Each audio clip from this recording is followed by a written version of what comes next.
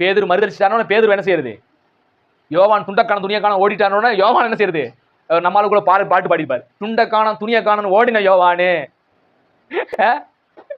நம்ம அப்படிலாம் பாடல் படிக்க கூடாது. ஏன்னா அவங்களோட நாம எப்படி இருக்கிறோம்?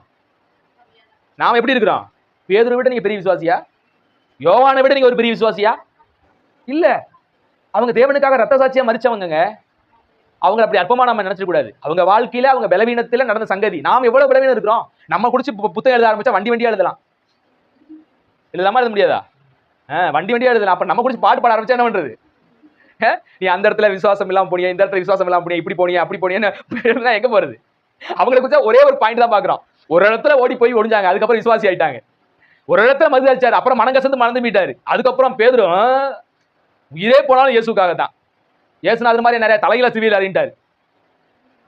பேதுரு எப்படி அறிஞ்சாங்க? தலைகீழா சிலுவையில் அறிஞ்சு செத்தாரு ரத்த சாட்சியா. அவங்கள வச்சு நம்ம ஈக்குவல் பண்ணவே முடியாது. சில நேரத்துல நம்ம அவங்கள அப்பாவை பேசுறது, அவங்க செஞ்ச சின்ன சின்ன தப்புகளை அப்பா வச்சுக்கிட்டு நாம அவங்களோட மோசமானவங்க மேல புரிஞ்சுக்கணும். 33ஆம் வசனம். அவள் அழுகிறதையும் அவளோடு கூட வந்த யூதர்கள் அழுகிறதையும் இயேசு கண்டபோது ஆவியிலே துயரம் அடைந்து, அவனை எங்கே வைத்தீர்கள் என்றார். ஆண்டவரே வந்து பாரும் என்றார்கள். அப்பொழுது யூதர்கள், இதோ இவர், அவனை எவ்வளவாய் நேசித்தார் என்றார்கள். அவர்களில் சிலர், குருடைய கண்களை திறந்த இவர் இவனை சாகாமல் இருக்க பண்ணவும் கூடாதா என்றார்கள். அப்பொழுது இயேசு மறுபடியும் தமக்குள்ளே கலங்கி கண்ணீரிடத்திலே வந்து, அப்படின்னு வாசிக்கிறோம். இயேசு என்ன செய்யறாரு? கண்ணீர் வடிக்கிறார். சில கொஞ்சம் ஓவரா போயிடுவாங்க. விசுவாசியா இருக்கிற நம்ம செத்த வீட்டுக்கு போனா என்ன செய்யக்கூடாது? கண்ணீர் எல்லாம் வடிக்கூடாது பிரதர், தைரியமா இருக்கணும். ஏன்னா அவங்க என்ன செய்ய போறாங்க? உயிரோடு எழுப்ப போறாங்க. அதனால யாராவது செத்த வீட்டுக்கு போனா என்ன பண்ணுங்க? சிரிச்சுக்குங்க. இப்படி சிரிச்ச கேஸ் நிறைய இருக்கு. செத்த வீட்டுக்கு போய் சிரிச்சுட்டு உட்காந்துக்கிறது. ஏன்னு கேட்டா, எதுக்கு நம்ம அழுகணும்? அவங்க உயிர் தர போறாங்க ஐயா, அதனால நம்ம வாடி சிரிச்சுட்டு இருப்போம். உன் வீட்டுல யாராவது செத்தா தெரியும்.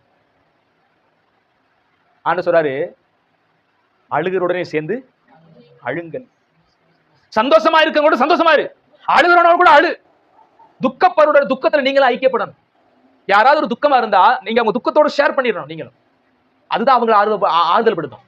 நீங்க ஒரு வீட்டுக்கு போறீங்க, அவன் பிள்ளையோ உங்க மனைவியோ யாரோ ஒருத்தர் முக்கியமானவங்க இறந்துட்டாங்க, அவங்களை பிரிஞ்ச அந்த குடும்பம் வாடி அழுகுது. அங்க போய் நீங்க சிரிச்சுட்டு இருந்தா எப்படி இருக்கும்? அவங்களை தேற்றணும், ஆற்றணும், தைரியப்படுத்துங்க, தப்பு இல்லை. அவ்வளவுப்படாதீங்க சிஸ்டர், உயிர் தருதில்ல, அவர் உயிர் எழுப்பாரு அப்படின்னு தைரியப்படுத்த தப்பு இல்லை. அங்க போய் நகைச்சுவையா சிரிக்கிறது, உட்காந்து விளையாண்டுட்டு இருக்கிறது துக்க வீட்டுல போய். நான் நிறைய துக்க வீட்டுல பாத்துக்க, அது மெயினா பெந்தகோஸ்தே துக்க வீட்டுல உட்காந்து ஓரமா உட்காந்து சிரிச்சுட்டு இருப்பாங்க.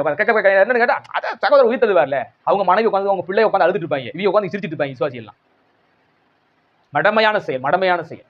இயேசு கிறிஸ்து இந்த துக்க வீட்டுக்கு போகிறார், அங்க என்ன செய்யறாரு? அழுகிறார். இந்த அழுகருக்கு நிறைய என்னமோ கொடுப்பாங்க.